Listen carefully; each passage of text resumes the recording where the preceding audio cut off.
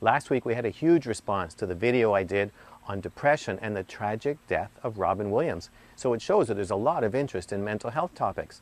So this week I want to talk to you about what I think is the most controversial issue in mental health, and that is the use of medications. I spent my entire career prescribing mental health medications and adjusting them. Now, to review what we covered last week, we discussed that depression is a genetically inherited chemical imbalance where you can't shut your mind off and you can't shut off negative, down, sad, worry thoughts. And the purpose of medications is to correct the chemical imbalance and give you back thought control. Now let's go over the most common objections that I heard from people in general, and particularly from Christians, as to why they won't take or shouldn't take medications. So I wrote them down because there's so many of them. So the first one I would get is, I don't want to take a pill that gives me artificial happiness.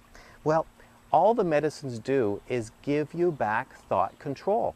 And so when you can shut off all that negative thinking, most people do find that they're happier. And that Christians shouldn't take medicines because we have God. Now, there is no doubt that faith is a tremendous help in the treatment of mood disorders like depression. However, I wear contact lenses, and God doesn't seem to be upset with that. So if you need medicines, you can take them. God's not offended. And antidepressants are addicting, so you don't want to take addicting medicines. Now, antidepressants are not narcotics and they are not tranquilizers. Those medicines are habit-forming. But if you stop an antidepressant too quickly, you do get withdrawal symptoms. And that makes people think they're narcotics, which isn't true. Also, if you stop the antidepressant, your old symptoms of depression come back. But that doesn't mean they're addicting, that just means they're helpful. Every time I take off my contact lenses, my blurred vision comes back and I desperately want to put them back in. I guess you could call that an addiction. Or, I'm not suicidal, so I don't need medications. Meds are only for the most severe.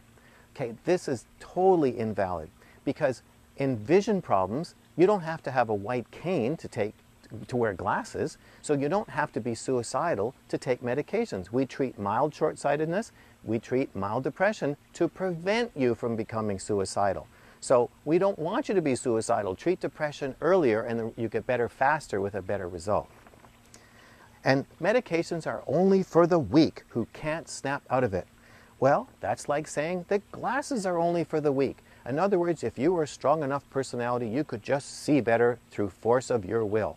Well, that's ridiculous. You have no control over your vision and you have no control over your brain chemistry. So if you need glasses, wear them. If you need medicines to correct your chemistry, take them. And medicines will change your personality. Well, yes, that's probably true. You'll go from being down, sad, negative, and worried, lying on the couch, to being happy and relaxed with a clear mind, concentrating in control of your thoughts, happy and relaxed. Yep, I guess that would be a personality change. And medications are a crutch to avoid dealing with the real issues. Well, I find it's very hard to deal with the real issues if you can't shut your mind off and you're always depressed or anxious. But when your mind clears with the use of medicines, then you really are capable of successfully dealing with the main issues. And medicines are a part of a conspiracy of Big Pharma to sell pills and get everyone convinced that they need medicines. Well, do you hear any criticisms of big glasses manufacturers? Because they're wanting us to buy multiple pairs to have a different pair with every outfit. And so no one accuses them of convincing everyone that they need glasses and they need multiple pairs. You see, chemical imbalance affect 10% of the population. And they all need medications. And Big Pharma has just provided us with the tools to treat all these problems. And do the medicines really work, or is it just placebo? Well, I'll tell you, the only reason I'm in mental health is because when I was a GP, I couldn't believe the transformation that took place in people's lives when they got on the right medicines. It was so dramatic to me, I quit general practice and devoted my entire career to treating depression with medicines because I saw such dramatic improvements. So they really do make a huge difference. Or it's cheating to take medicines to feel good. You should just tough it out. Well, that's like saying it's cheating to wear glasses, that you should just use a white cane, use the handicap parking spots, and tough it out. Well, if you can wear glasses to avoid that, or take medicines to avoid being depressed, I don't think there's anything wrong with that. Here's another one. I tried 2 antidepressants, they didn't work. Obviously, medicines aren't going to help me. Well, that's the same as going to 2 of your friends who wear glasses, putting on their glasses and saying, I can't see any better. In fact, I think it's worse, so glasses obviously aren't for me. Well, remember there are 40 different kinds of antidepressants, so there's usually one that will suit you perfectly, but it might take some trial and error and some fiddle. And isn't depression a normal part of life that we shouldn't medicate away?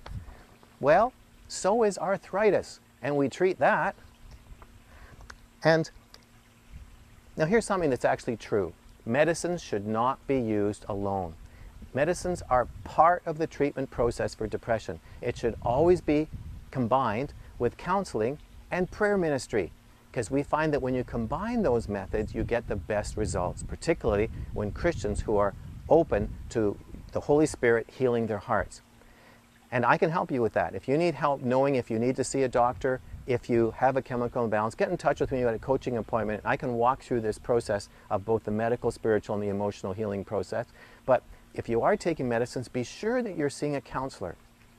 Also, too, I mentioned last week that I have a long prayer for the healing of depression. It covers generational, genetic, inherited. It covers a lot of things. It's 2 full pages. And if you want that prayer, just email me and I'll send it to you so you can actually do it, because it's a healing prayer specifically for a mood disorder. So just email me if you'd like to have that.